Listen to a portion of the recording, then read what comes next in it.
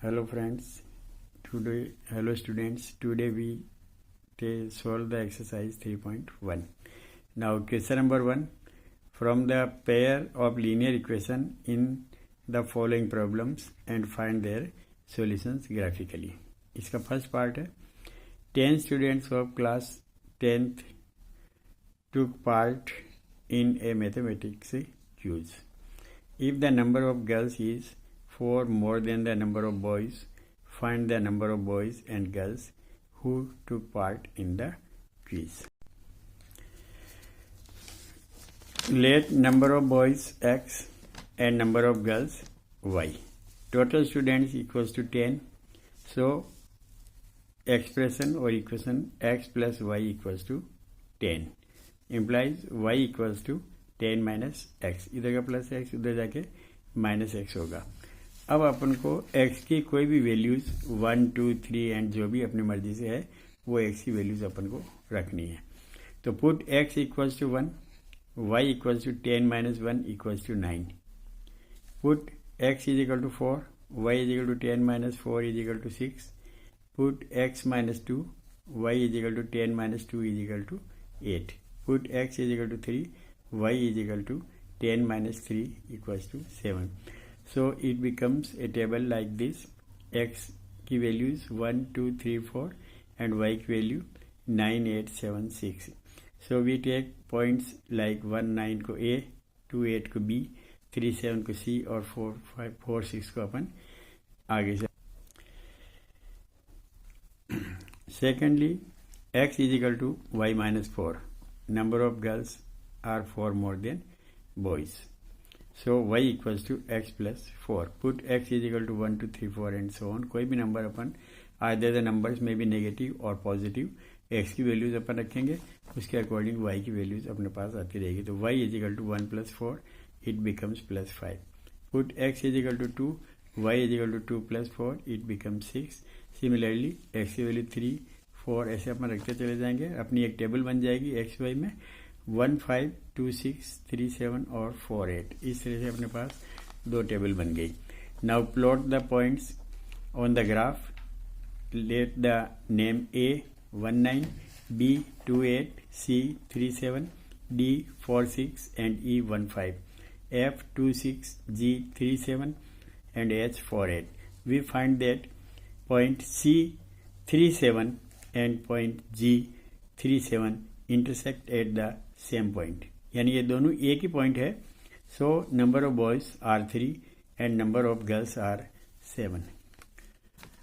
Now graphical representation of the plots the points.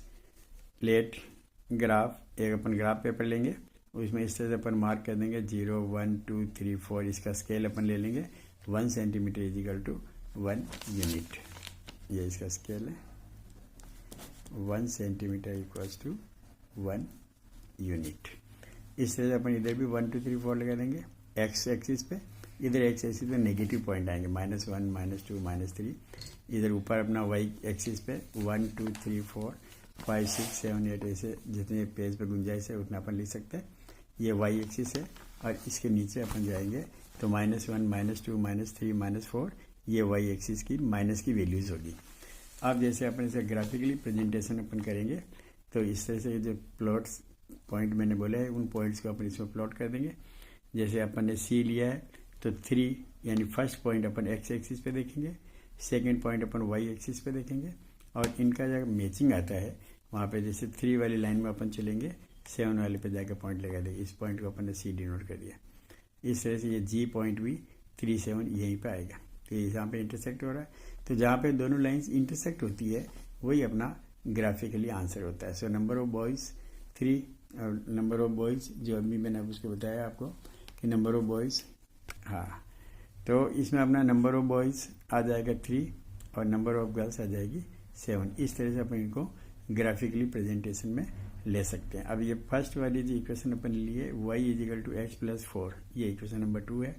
और इस line में जो अपन ने इक्वेशन ली है वो x plus y is equal to 10 जो की इक्वेशन नंबर अपन ने 1 ले रखी थी. इनका जो इंटरसेक्टिंग पॉइंट होता है वो उसका रिजल्ट होता है और उसी अकॉर्डिंग अपन उसको आंसर बताते हैं. नाउ क्वेश्चन नंबर फर्स्ट का सेकंड पार्ट अपन लेंगे. तो let the cost of 1 pencil is equal to x rupees and cost of 1 pen equals to y rupees.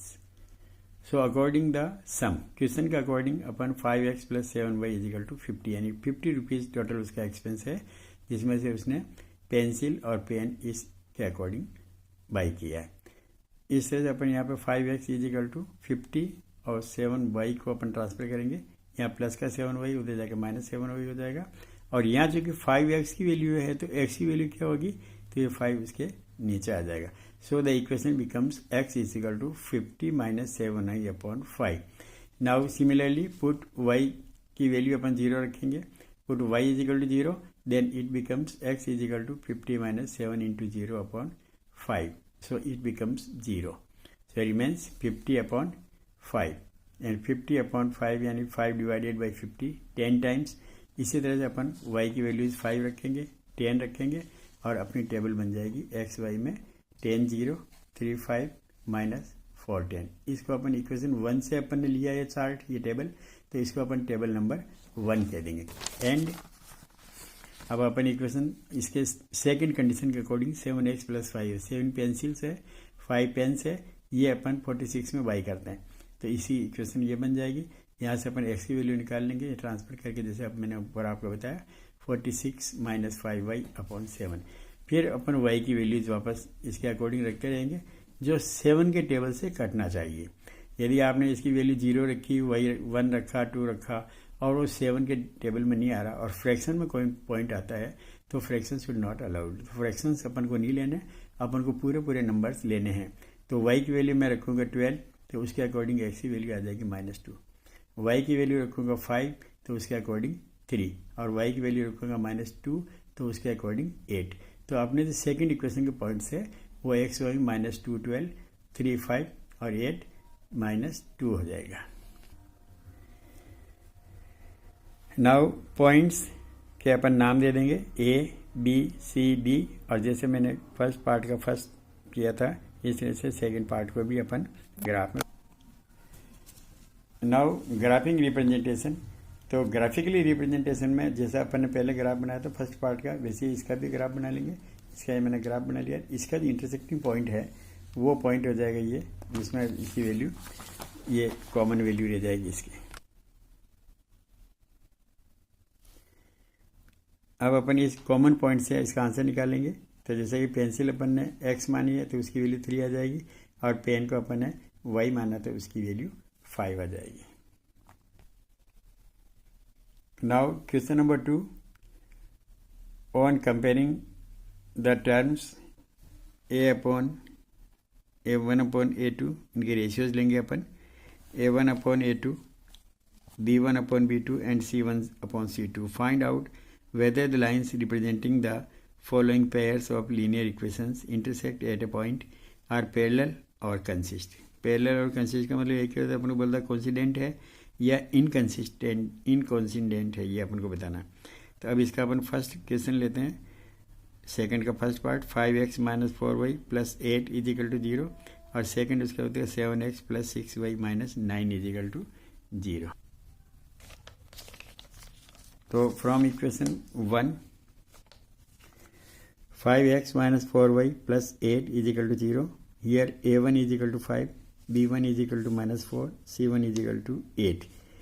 And from second equation 7x plus 6y minus 9 is equal to 0. Here a2 is equal to 7, b2 is equal to 6, c2 is equal to -9. So our formula a1 upon a2 equals to b1 upon b2 equals to c1 upon c2. By putting the values we get 5 upon 7 minus 4 upon 6, 8 upon 9. Then comparing all the threes, this and this not equals to, and this and this also not equals to. So these are intersecting. ये intersecting line हो जाएगी. Similarly, second part 9x plus 3y plus 12 is equal to 0. Here a1 is equal to 9, b1 is equal to 3, c1 is equal to 12. And second 18x plus 6y plus 24 is equal to 0. Here a2 is equal to 18, b2 is equal to 6, c2 is equal to 24. Now जो अपना formula है उस फॉर्मूले में अपन value put करेंगे, तो 9/18, 3/6, 12/24। By solving this and this, इनको अपन cut कर सकते हैं। इनको कट करके सिंपलेस्ट फॉर्म में अपन वैल्यू ले आएंगे। 9/18 का 1/2, 3/6 का 1/2, 12/24 का 1/2। So these are coincident lines. Similarly आप इसके अदर पार्ट्स को भी मैंने आपके लिए करके रखा है पूरा, तो उसको आप देख लीजिए और उसको समझने की कोशिश कीजिए। ये इसका थर्ड पार्ट है, मैंने करके रखा सारा। इसके अंदर भी आपको वही A1/A2, B1/B2, C1/C2 का रेशियोज निकालना है और इन रेशियोज को निकाल के आपको इसका कंपैरिजन करना है। Now question number 3, on comparing the ratios A1/A2, B1/B2 and C1/C2, find out whether the following pair of linear equations are consistent और इनकन्सिस्टेंट। जैसा कि टेबल में मैं आपको पहले बता चुका हूँ, उससे जो टेबल को आप पक्का लर्न कीजिए, उसको ध्यान में रखना और उसको ध्यान में रखते हुए अपन इन क्वेश्चंस को सॉल्व करते हैं। नाउ क्वेश्चन नंबर 3 का first part, 3x + 2y = 5 equals to यानी implies 3x + 2y - 5 = 0। Here A1 = 3, B1 = 2 and C1 = -5. And equation second, 2x - 3y = 7. So it becomes 2x - 3y - 7 = 0. All parts को अपन left hand side में लेंगे, right hand side में only 0 लिखना है। Here A2 = 2, B2 = -3, C = -7. So comparing A1/A2 equals to B1/B2 equals to C1/C2. By putting the values we get 3/2, 2/-3 and -5 - 7. So all the values are different. So the equations are consistent. It is your answer. Similarly, question number 3 का second part है, उसके भी 2 equation है आपके पास। Equation 1 है, उसमें से आप A1, B1, C1 निकालिए और इसके अंदर इक्वेशन 2 में आप A2, B2, C2 निकालिए और उसकी कंपैरिजन कीजिए। इसकी कंपैरिजन करने के बाद में इसका A1/A2 B1/B2 इक्वल आता है, तो so the equations are inconsistent. It is term and condition. Similarly आप इसका थर्ड पार्ट जो कि मैंने आपके लिए कर दिया है, आप इसको देखिए, समझने की कोशिश कीजिए। इसमें भी आपका A1/A2 B1/B2 के बराबर है, लेकिन C1 C2 बराबर नहीं है। So the equations are inconsistent. इस तरह से पार्ट 4 मैंने आपके लिए किया है। इसमें भी वही सेम तरीका, आपको सेम मेथड लगाना है। A1 B1 C1 निकालना है, इससे A2 B2 C2 निकालना, यही फॉर्मूला रहेगा अपना। और इस फॉर्मूले में वैल्यूज अपन रखेंगे तो अपन देखेंगे तीनों वैल्यूज इसकी सेम आई। All 3 values are same, so the equations are consistent. इस तरह से क्वेश्चन नंबर 3 का 5th पार्ट है। इसमें भी आपको वही A1 B1 C1 निकालना है, A2 B2 C2 निकालना है और ये निकालने के बाद फिर आपको ऐसे कंपैरिजन लेना है। कंपैरिजन में आज अपने वैल्यूज रखनी है। अब इसमें का डबल अपॉन आ रहा है, तो A1 की वैल्यू है 4/3 अपॉन 1/2 लिखेंगे, तो उसको अपन आगे जाके रेसिप्रोकल करना पड़ेगा। 4/3 इंटू 1/2 और इसका 2/3 सिंगल है, इसका -8 -12 है और इनको सेम मतलब सिंप्लीफाई करने पर all the values 2/3 2/3 2/3 are equal. So the equations are consistent. Now question number 4. Which of the following pairs of linear equations are consistent or inconsistent? If consistent, obtain the solution graphically. यदि consistent होता है तो ही आपको graph बनाना है और यदि inconsistent होता है तो आपको उसको ग्राफ नहीं बनाना है। ये इस क्वेश्चन नंबर 4 में ध्यान रखने की बात। Now first part of question 4, x plus y = 5. So x plus y minus 5 = 0. Here A1 = 1, B1 = 1, C1 = -5. अब x का कोई कोफिशिएंट नहीं होता है, तो कोई कोफिशिएंट नहीं है तब भी अपन को उसका कोफिशिएंट 1 मानना है, ये अंडरस्टैंड है। और इसका y का भी कोई कोफिशिएंट नहीं, इसका भी अपन को वही मानना। इसी तरह से अपन अगले वाले का भी 2x + 2y = 10 को सिंप्लीफाई करके उसकी भी वैल्यू निकाल लेंगे। A2 = 2, B2 = 2 और C2 = -10। फिर अपन कंपेयर कर लेंगे बाई पुटिंग द वैल्यूज। तो अपन देखते हैं कि 1/2 1/2 1/2 सब में सेम आ गया। So the equations are consistent. तो इक्वेशंस जो है वो कंसिस्टेंट होगी। इसके आगे अपन कर now remaining part of question first, x plus y is equal to 5। तो x is equal to 5 minus y. अब अपन इसका वैल्यूज निकाल लेंगे, बॉक्स बना लेंगे अपन x और y में। तो अपन y की वैल्यूज रखते चले जाएंगे। y की वैल्यू जब 1 रखूंगा तो x की 4 आएगी, इसका 2 रखने पर 3 आएगा, इसका 3 रखने पर 2 आएगा, like this. y is equal to 1 put किया अपन ने। तो x is equal to 5 minus 1, ये 4 आ गया। सिमिलरली y की वैल्यू 2 और 3 रख देंगे अपन। इसी तरह से इक्वेशन 2 को भी अपन सोल्व करेंगे। तो इक्वेशन 2 को सोल्व करने से भी अपने इस तरह की एक टेबल बन जाएगी। अब इन दोनों टेबल की वैल्यूज को अपन ग्राफ में नोट करेंगे। अब ग्राफिकली रिप्रेजेंटेशन है, जो अपन ने पॉइंट्स लिए हैं, पॉइंट ए बी सी को अपन ऐसे ग्राफ में प्लॉट कर लेंगे। जैसे ए है 4 1, तो अपन को एक्स एक्सिस पे 4 चलना है, और वाई है 1, तो वाई पे अपन को 1 अप साइड में जाना, ऊपर की तरफ। यदि नेगेटिव वैल्यू आती है तो अपन को नीचे जाना, तो ये वैल्यूज पॉजिटिव है, इसलिए अपन को 4 एक्स एक्सिस में राइट हैंड साइड में जाना है क्योंकि पॉजिटिव वैल्यू है, और 1 उसका अबव जाना है क्योंकि वो वाई की वैल्यू भी पॉजिटिव। इस तरह से अपन ए बी सी को पॉइंट को डिनोट कर देंगे। ये अपन इक्वेशन 1 से कर रहे हैं। सिमिलरली इक्वेशन 2 से भी अपन करेंगे, तो उसे भी ये कहीं सेम पॉइंट्स अपना आएंगे।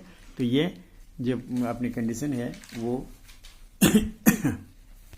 तो इस टाइप का जब ग्राफ बनता है कि एक लाइन के ऊपर ही दूसरी लाइन आ जाती है, तो उसके मेनू सॉल्यूशंस होंगे। ये इसकी कंडीशन रहेगी। सिमिलरली क्वेश्चन नंबर 4 का सेकंड पार्ट भी मैंने आपके लिए करके दे दिया है। इसको भी आप समझने की कोशिश कीजिए, ये आपके इजीली समझ में आ जाएगा। और इसके अदर पार्ट्स को भी आप इसी तरह से देखिए, अदर पार्ट्स को भी मैं आपको अभी बताता हूँ। ये क्वेश्चन नंबर 4 का थर्ड पार्ट मैंने आपके लिए कर दिया है। इसमें ऐसे आपको A1 A2 की वैल्यू निकालनी, B1 B2 की वैल्यू निकालनी, C1 C2 की वैल्यू निकालनी, कंपेयर करना, और इस तरह आपको ग्राफिकली टेबल बना करते हुए उसको पॉइंट्स को प्लॉट। ये इसका 4 का फोर्थ पार्ट है, इसमें भी आपको वही करना सेम, और इस तरह से करके आपको इसका भी ग्राफ बनाना है, और इसका भी ग्राफ इसी टाइप से आए।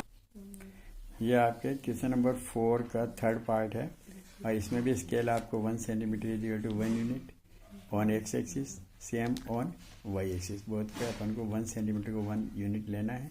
ऐसा करते हुए अपन काउंटर्स लिख देंगे, और ये इक्वेशन 2 का ग्राफ अपन ने प्लॉट किया है, और ये इक्वेशन 1 का ग्राफ अपन ने प्लॉट किया है। तो इन दोनों का इंटरसेक्टिंग पॉइंट है वो बी।